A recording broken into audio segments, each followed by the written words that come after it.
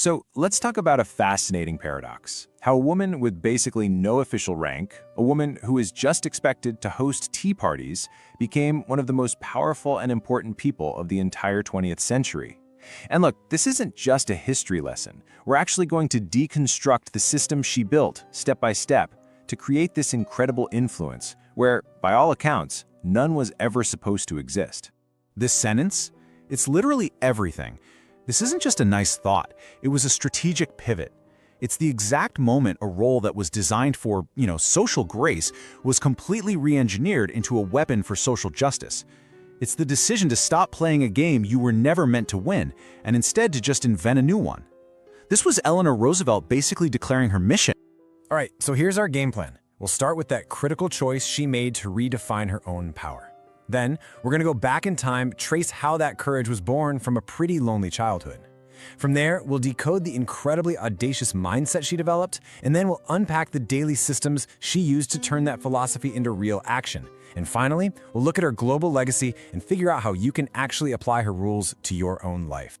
Okay, so I want you to picture this. It's 1933. America is on its knees, right in the grip of the Great Depression. You've got dust storms swallowing farms, banks failing left and right, millions of people unemployed standing in bread lines, and into this absolute crisis walks the new First Lady, Eleanor Roosevelt.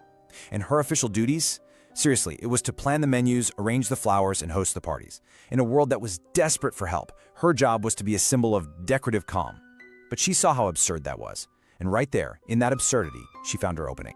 And this right here, this is the fundamental principle we're digging into, the Eleanor Rule. It's a complete flip of how we usually think about power. See, while everyone in Washington saw her as this ceremonial figurehead, she understood something profound. Her lack of a formal defined role meant she had no formal defined limits. She wasn't a senator tied to one state or a cabinet secretary stuck in one department. She was free. She figured out that real authority isn't something a title gives you. It's something you seize by being willing to be a witness, to go where official power is either too insulated or frankly too afraid to look. So where in the world does a revolutionary mindset like that come from? Well, it wasn't invented in the White House. It was forged decades earlier, in the fire of a lonely childhood and the unexpected trials of her adult life. To really get her power, you have to understand her pain first. Her strength was a direct result of being underestimated her entire life. This timeline tells a pretty tough story. Her own mother, who was this famous beauty, actually nicknamed her Granny because she thought Eleanor was so plain and serious. Orphaned by 10, she was raised in what historians call a siege of emotional coldness. Then in 1921, her husband Franklin gets polio, which paralyzes him from the waist down. The world expected her to just retreat, become a quiet caretaker. But instead, she made a game-changing decision. She would become his legs and his eyes. She started using social leagues not as a hobby, but as a way to get out there, to see the world he couldn't and to bring that world back to him. So you've got this huge gap, right, between what everyone thought she was and what she was actually becoming. The world saw a hostess, an insider, because of her husband, a political +1. But inside, she was building a totally different identity. She was an outsider by nature, and she was methodically rejecting the role of a passive accessory. She was creating a source of power that wasn't based on her husband's job, but on her own first-hand knowledge. Something permanent, something that couldn't be taken away from her. And this is where the magic happens. This is the big shift. Instead of letting her perceived irrelevance diminish her, she weaponized it. That isolation, that lack of a formal job description, that became the very foundation of her moral logic. It gave her the freedom to go down into a dark West Virginia coal mine, to sit in a squalid tenement apartment, to listen to the stories of Dust Bowl farmers. She could go places a senator couldn't, because she didn't have to worry about campaigning or answering to party leadership. The prison became her forge. All right, so from this forge of irrelevance comes this really radical philosophy. She embraced the role of agitator-in-chief, basically seeing it as her job to constantly shake up the comfortable, out-of-touch consensus in Washington. She understood a fundamental law of power. If you're waiting for permission from the people in charge to do the right thing, you've already lost. This quote right here became her rule book. It's a complete rejection of staying neutral. She knew that in a time of national crisis, being neutral wasn't passive. It was an active choice to support the way things were. For her, this wasn't just some feel-good mantra. It was a strategic decision to accept criticism as an unavoidable and maybe even a good sign that you're actually doing something meaningful. If nobody was complaining, she figured she wasn't pushing hard enough. And this is what we mean by moral audacity. It wasn't about being reckless, it was a disciplined, systematic belief. She measured herself by a really clear standard: her influence, her closeness to power, her very presence in the White House. It was only valuable if it was directly connected to the lives of people who had no voice, no power, and no access. She was their conduit. Simple as that. You know, her empathy wasn't just a passive feeling of pity. No way. It was an active and often exhausting strategy. She practiced what we can call radical empathy. She would intentionally put herself in and stay in the friction, the uncomfortable, inconvenient, heartbreaking realities of people's lives. And she'd stay there until their truth became so real, so undeniable, that it just couldn't be ignored by the powerful men making decisions from their comfortable offices back in Washington. Okay, so having a powerful mindset is great, but here's where Eleanor Roosevelt was a total master. She turned that philosophy into action. She didn't just believe in these ideas, she built a daily, repeatable system to actually make them happen.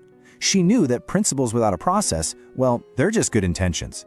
So she treated her part of the White House like a laboratory for the truth. This was her core process, her go-to playbook, the Undercover Audit. It was a simple 3-step loop. First, travel relentlessly. Systematically avoid the official, sanitized tours. Second, witness directly. This meant she was listening way more than she was talking, collecting raw, first-hand stories. And third, and this is the most important part, report it, unfiltered. She would bring that ground-level reality back and force it into the official conversation, becoming this constant, unimpeachable source of inconvenient truth for the president and his team. And the sheer scale of this commitment is just staggering.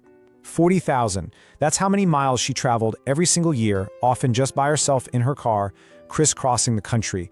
I mean, that's like circling the globe nearly twice every year.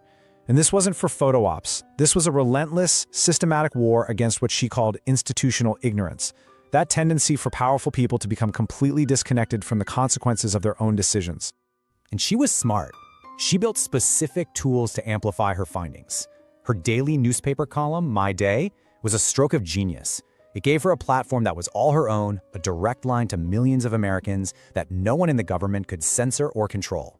And inside the White House, she got into the habit of writing midnight memos, direct, often blunt reports she'd leave on FDR's desk, detailing what she'd seen and demanding action. It created a paper trail of her influence that made it impossible for anyone to say, "I didn't know." This gets into something really brilliant she did, something we're calling foundational leverage. It means she wasn't just playing by the existing rules, she was rewriting them. It's about creating power not by winning the game, but by fundamentally changing how the game is played. You find one critical point in a system and apply pressure right there to change the whole structure. Her press conferences are the perfect example. Just think about it. At the time, the Washington press corps was a total boys' club. They controlled the entire narrative. So she changed the rule of access. She announced she'd hold her own regular press conferences, but only female reporters were allowed.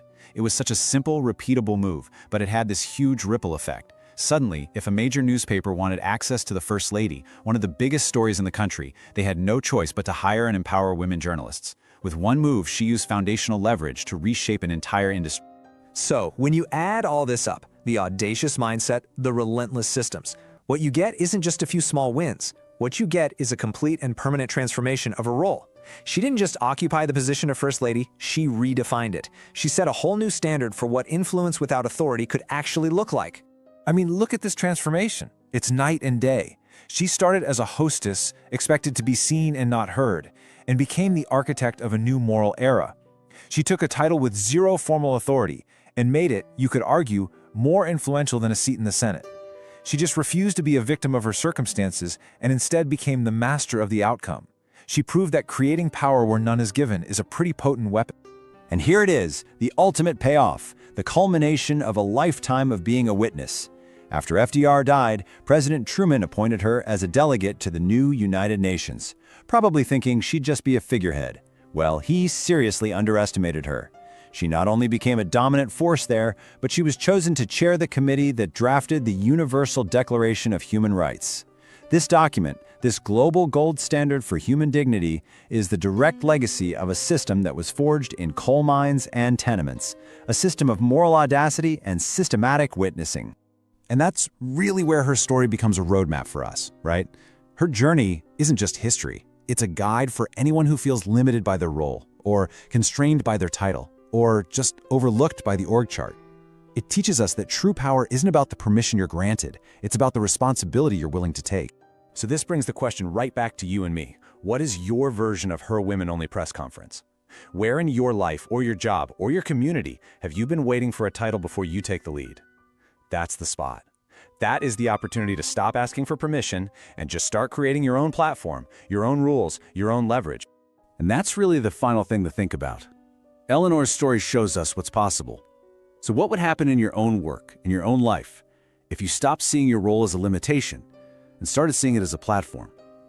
What if you committed to witnessing the truth of your situation, for your team, for your company, for your community, so deeply and so systematically that you became the master of the outcome? Because at the end of the day, that is the Eleanor Rule. Power is not a position you are given. It is a choice you make every single day. And your willingness to be a witness, to see the truth, to speak the truth, and to build systems that honor that truth. That is the code for your greatness.